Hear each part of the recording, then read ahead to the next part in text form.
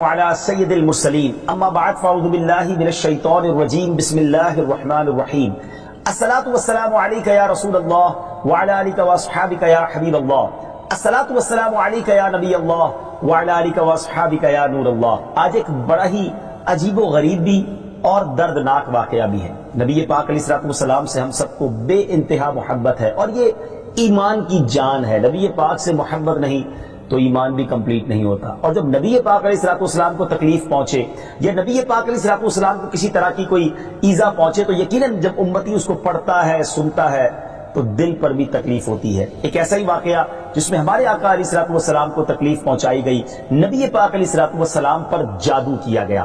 ناظرین، آج یہ واقعہ ہم سنیں گے اور یہ قرآنی واقعہ ہے اور اس کے ذریعے بہت ساری باتیں بھی سنیں گے۔ جادو کے بارے میں بڑے مسکنسیپشن ہیں لوگوں کے ذہنوں میں، اور سمجھتے ہیں کہ جادو توڑ کرنے کے لیے بڑے عجیب و غریب عمل کرنے پڑیں گے، بڑے گناہوں والے کام کرنے پڑیں گے، اللہ کی ناراضگی والے کام بھی لوگ کرنے کے لیے تیار ہو جاتے ہیں، حرام اور ناجائز کام کرنے کے لیے تیار ہو جاتے ہیں اور سمجھتے ہیں کہ اس سے جادو سے بچا جا سکے گا۔ البتہ جادو کروانے کے لیے بھی لوگ بڑے ہی ناجائز اور حرام کام کرتے ہیں جو کہ جہنم میں لے جانے والے کام ہوتے ہیں۔ اللہ مجھے اور آپ کو ہمیشہ جادو ٹونے آصف سے محفوظ رکھے، ہر قسم کی بلاؤں سے محفوظ رکھے، اور آج قرآن کے ذریعے سمجھیں گے کہ جادو کا علاج کیا ہے، جادو ہو جائے تو بچا کیسے جا سکتا ہے، اور نبی پاک علیہ السلام پر جب جادو ہوا تھا، جادو کرنے کی کوشش کی گئی تھی، اس کا نتیجہ کیا نکلا۔ ناظرین، توجہ کے ساتھ آپ نے سلسلے میں شامل رہنا ہے۔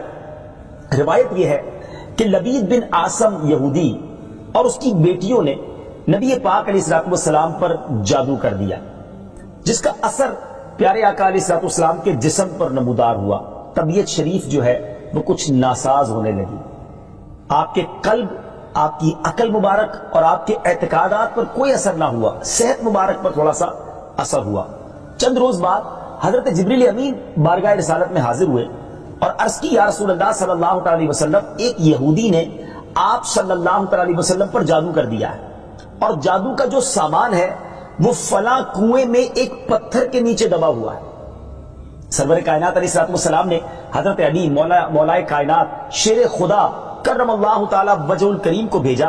انہوں نے کنویں کا پانی نکالا اور پتھر اٹھایا تو اس کے نیچے سے کھجور کے گھابے کی تھیلی برآمد ہوئی، یعنی کھجور کے جو چھلکے ہوتے ہیں اس طرح کی تھیلی برآمد ہوئی، اور اس میں نبی پاک علیہ السلام کے منہ مبارک جو کنگھی سے ٹوٹے تھے اور کنگھی کے ٹوٹے ہوئے کچھ دندانے اور ایک ڈور یا کمان کا چلہ جس میں 11 گٹھانے لگی ہوئی تھی، اور ایک موم کا پتلا تھا جس میں 11 سوئیاں چبھی ہوئی تھی، یہ سب سامان پتھر کے نیچے سے نکلا، اور یہ مولا علی کرم اللہ تعالی وجہ الکریم یہ سارا سامان لے کر نبی پاک علیہ السلام کی بارگاہ میں آ گئے۔ اس کے بعد سبحان اللہ، اب اس کا توڑ کیسے آیا، اس کا علاج کیسے ہوا، اس کا حل کیا نکلا؟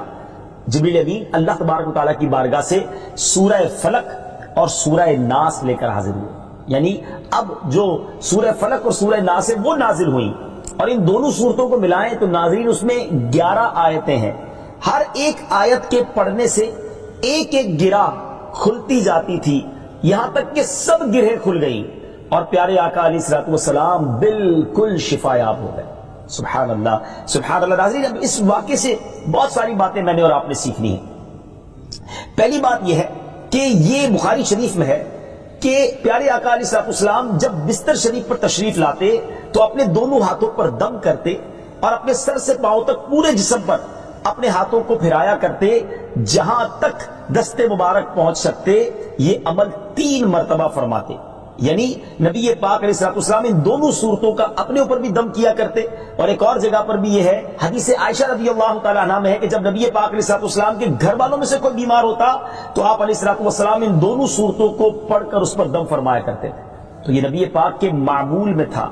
تو آج اگر ہم میں بھی کوئی بیمار ہو جائے، فیملی میں کوئی بیمار ہو جائے، اپنے آپ کو من آفتوں سے بچانا چاہتے ہیں تو اول آخر 3 بار درود پاک پڑھیں، سورہ فلق اور سورہ ناس کی تلاوت کریں، اپنے ہاتھوں پر دم کر کے اپنے جسم پر پھیر لیں، کسی مریض پر دم کر دیں، انشاءاللہ اس کی برکت ملے گی۔ یہاں ایک اور مسئلہ بھی سیکھنے کو ملے گا کہ تعویذات اور عملیات میں جس میں کوئی لفظ کفر و شرک کا نہ ہو وہ جائز ہے۔ اسی طرح گنڈے بنانا اور ان پر گرے لگا کر آیات قرآن اور اسماء الہیہ پڑھ کر پھونک مارنا بھی جائز ہے، یعنی تعویذات اگر شرک سے پاک ہیں، اگر کفریہ کلمات سے پاک ہیں تو وہ کرنے میں کوئی حرج نہیں، وظائف کرنے میں کوئی حرج نہیں، یہ قرآن و حدیث سے ثابت ہے اور آپ نے یہ سنا۔ ناظرین سیکھنے کو کیا مل رہا ہے؟ خلاصہ یہ ہوا کہ سورہ فلق یعنی قل اعوذ برب الفلق اور قل اعوذ برب الناس، یہ دونوں صورتیں جن اور شیاطین، نظر بد اور آسیب اور تمام امراض خصوصاً جادو ٹونے کا مجرب علاج ہیں۔ ان کو لکھ کر تعویذ بنائیں، گلے میں پہنائیں اور ان کو بار بار پڑھ کر مریض پر دم کریں اور کھانے اور پانی اور دواؤں پر پڑھ کر پھونک دیں اور پھر مریض کو کھانا وغیرہ کھلائیں، انشاءاللہ عزوجل ہر مرض اور بالخصوص جادو ٹونا دفع ہو جائے گا، مریض شفا یاب ہو جائے گا۔ اسی طرح قرآن مجید کی دوسری تمام صورتوں کے خصوصی خواص ہیں جن کو بہت خوبصورت کتاب جنتی زیور ہے اس میں بھی آپ پڑھ سکتے ہیں ناظرین۔ اسی طرح ہمیں چاہیے کہ قرآن پاک کی تلاوت کرتے رہیں، قرآن پاک کی ہر حرف میں شفا ہے، برکتیں ہیں، اور آج خاص طور پہ ہمارے ناظرین کو گویا وظیفہ، قرآنی وظیفہ مل رہا ہے۔ بہت سارے ناظرین یہ گزارش کرتے ہیں کہ ہمیں کوئی وظیفہ بتایا جائے، تو دیکھیں آج تو قرآن کے ذریعے، اور وہ وظیفہ جو نبی پاک کو رب کی طرف سے عطا ہوا، پیارے آقا علیہ الصلوۃ والسلام کو بھی شفا نصیب ہوئی، تو ہمیں ضرور اس کو اپنانا چاہیے۔ ناظرین اس سے پہلے کہ میں مزید اس معاملے میں آگے بڑھوں، میں چاہتا ہوں کہ دونوں صورتوں کی تلاوت اور اس کا ترجمہ پہلے سن لیتے ہیں اور پھر مزید اس بارے میں بات کرتے ہیں کہ اس حیرت انگیز واقعے سے مجھے اور آپ کو مزید کیا سیکھنے کو ملتا ہے۔ پہلے سورہ فلق کی تلاوت ہوگی، سورہ ناس کی تلاوت ہوگی۔ میں یہاں ایک اور بات بھی کہنا چاہوں گا، کچھ لوگ یہ کہتے ہیں جناب ہم وظیفہ کرتے ہیں اثر نہیں ہوتا، برکت نہیں ملتی۔ پہلے یہ چیک کر لیں کہ آپ کے مخارج ٹھیک ہیں، آپ تلاوت صحیح مخارج کے ساتھ کرتے ہیں۔ تو اب جو تلاوت آپ سنیں گے نا تو اس میں یہ بھی چیک کر لیں کہ آپ کیا اسی طرح کے تلفظ کے ساتھ پڑھتے ہیں، اور اگر مسٹیک کر رہے ہیں تو قرآن پاک صحیح طریقے سے پڑھیے، پھر دیکھیے اس کی کیسی برکتیں ملتی ہیں۔ آئیے سورہ فلق اور سورہ ناس کی تلاوت اور اس کا ترجمہ۔ قل اعوذ برب الفلق من شر ما خلق ومن شر غاسق اذا وقب ومن شر النفاثات في العقد ومن شر حاسد اذا حسد۔ تم فرماؤ میں اس کی پناہ لیتا ہوں جو صبح کا پیدا کرنے والا ہے، اس کی سب مخلوق کے شر سے، اور اندھیری ڈالنے والے کے شر سے جب وہ ڈوبے، اور ان عورتوں کے شر سے جو گروہ میں پھونکتی ہیں، اور حسد والے کے شر سے جب وہ مجھ سے جلے۔ قل اعوذ برب الناس ملک الناس الہ الناس من شر الوسواس الخناس الذي يوسوس في صدور الناس من الجنة والناس۔ تم کہو میں اس کی پناہ میں آیا جو سب لوگوں کا رب، سب لوگوں کا بادشاہ، سب لوگوں کا خدا، اس کے شر سے جو دل میں برے خطرے ڈالے اور دبک رہے، وہ جو لوگوں کے دلوں میں وسوسے ڈالتے ہیں، جن اور آدمی۔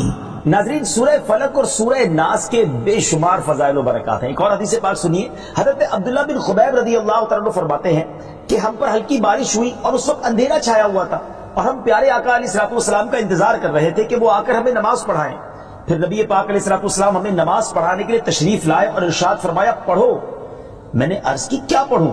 ارشاد فرمایا صبح و شام 3 بار قل هو اللہ احد، قل اعوذ برب الفلق اور قل اعوذ برب الناس پڑھو، ان کی تلاوت کرنا تمہیں ہر بری چیز سے بچائے گا۔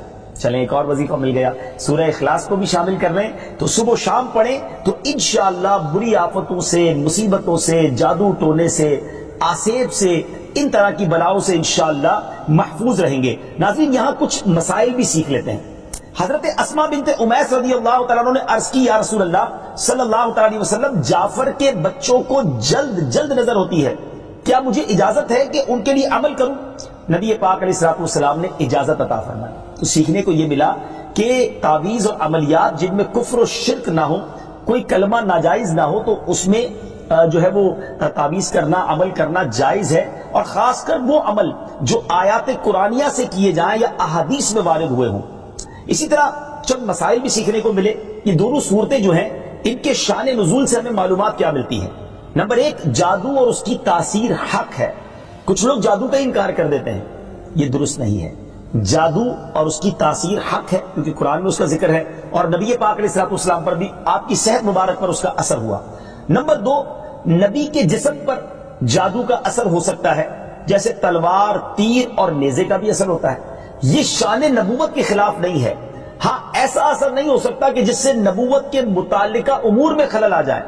حضرت موسیٰ علیہ الصلوۃ والسلام کے مقابلے میں جادوگر بالآخر اس لیے فیل ہوئے کیونکہ وہاں جادو سے معجزے کا مقابلہ تھا، ورنہ حضرت موسیٰ علیہ الصلوۃ والسلام کے خیال پر بھی اس جادو نے اثر کیا کہ ان کو خیال ہوا کہ یہ لاٹھیاں، رسیاں چل رہی ہیں۔ نبی کریم علیہ الصلوۃ والسلام کے خیال پر بھی اسی طرح یہی اثر ہوا تھا۔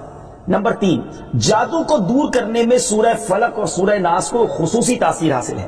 نمبر چار، جادو، ٹونے اور عملیات اور اثرات اور بیماریوں کو ختم کرنے کے لیے قرآن پاک کی صورتوں اور آیتوں کو استعمال کیا جا سکتا ہے، اور بخاری شریف میں سورہ فاتحہ کو اس مقصد کے لیے استعمال کرنے کا بیان موجود ہے۔ تو سورہ فاتحہ کو سورہ شفا بھی کہا جاتا ہے، تو یہ بھی شفا کے لیے بڑا مجرب اور بڑا پیارا وظیفہ ہے۔ ناظرین، یہ چند باتیں تو ہم نے اس واقعے کے متعلق سیکھی، سورہ فلق اور سورہ ناس کے کچھ فضائل بھی سنے۔ میں یہاں ایک اور بات بھی کرنا چاہتا ہوں کہ آج کل پرابلم یہ ہو گیا ہے کہ اتنے عاملین آ گئے ہیں، اتنے عمل کرنے والے لوگ آ گئے ہیں، اتنے بورڈ ہمارے شہروں اور وطن میں لگ جاتے ہیں کہ ایسا لگتا ہے دوسرے آدمی پہ جن ہے یا اس پہ جادو ہو گیا ہے۔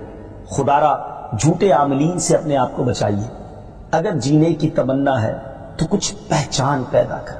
لوگوں کے گھر بک جاتے ہیں، لوگوں کی عزتیں پامال ہو جاتی ہیں، عجیب ماحول ہو گیا ہے۔ کچھ بد نصیب تو وہ ہیں جو کسی کو تباہ کرنے کے لیے جادو کروانے جاتے ہیں اور ہزاروں لاکھوں روپے خرچ کرتے ہیں، اور پھر بیچارے کچھ جب بیمار ہو جاتے ہیں تو اپنا بعض اوقات ڈاکٹری مسئلہ ہوتا ہے، وہ بھی کسی عامل کے ہتھے چڑھ جاتے ہیں، اور وہ کہتا ہے جناب آپ کے گھر میں بہت برا عمل ہوا ہے، فلاں جگہ کوئی چیز دبی ہوئی ہے، اور اس کو اب سنبھالنے کے لیے، اس کو نکالنے کے لیے اتنے بکرے چاہیے، اتنے مرغے چاہیے، اتنے انڈے چاہیے، قبرستان میں یہ عمل کرنا ہوگا، اور پھر غریب آدمی اپنی چیزوں کو بیچ کر ہزاروں لاکھوں روپے دے دیتے ہیں، اور خاندان کے خاندان ٹوٹ جاتے ہیں۔ ایسا نہ کریں، پلیز ایسا نہ کریں۔ بلکہ میں تو ان عاملین سے بھی گزارش کروں گا کہ حلال روزی کی طرف آئیں۔ دعوت اسلامی نے بڑا شاندار ایک انداز اختیار کیا، اللہ سلامت رکھے دعوت اسلامی کے مدنی ماحول کو۔ ناظرین، آپ سوچ رہے ہوں گے کہ پھر ہماری بیماریوں کے لیے ہم تعویذ کس سے لیں، ہم یہ وظائف کہاں سے لیں؟ آپ کی دعوت اسلامی ہے نا، الحمدللہ دعوت اسلامی کا ایک شعبہ ہے جس کا نام ہی مکتوبات و تعویذات عطاریہ ہے۔ اس میں آپ کو بغیر کسی فیس کے، جی ہاں بغیر کسی فیس کے، لاکھوں لاکھ تعویذ ہر مہینے ناظرین یہاں سے دیے جاتے ہیں، پوسٹ بھی کیے جاتے ہیں، کوریئر بھی کیے جاتے ہیں، اس کی بھی کوئی فیس نہیں لی جاتی۔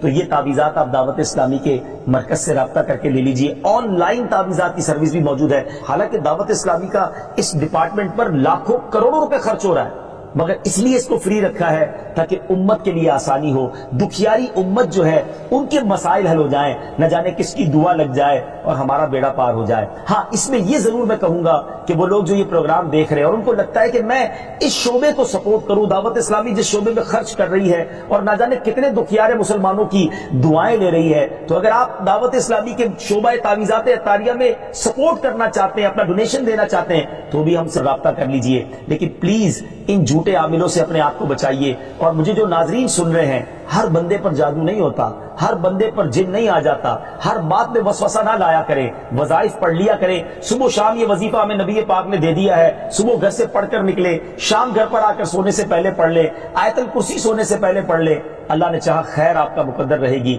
اور مزید ضرورت ہو تو دعوت اسلامی کے اس شعبے سے رابطہ کر لیں۔ میں امید کرتا ہوں کہ آج کے اس واقعے سے ہمیں یہ سیکھنے کو ملا کہ قرآنی وظائف کی کیا اہمیت ہے، اور جائز وظائف کرنے میں، تعویذات کرنے میں کوئی حرج نہیں۔ آخری بات، نبی پاک علیہ الصلوۃ والسلام کو پتہ چل گیا، جبریل امین نے بتا دیا کہ جادو کس نے کیا ہے، مگر نبی پاک علیہ الصلوۃ والسلام نے بدلہ نہیں لیا، سزا نہیں دی۔ اس لبید بن عاصم کو، اس کی جو بچیاں تھیں، جو بھی لوگ تھے جادو کرنے والے، سب کو معاف کر دیا۔ اللہ اکبر!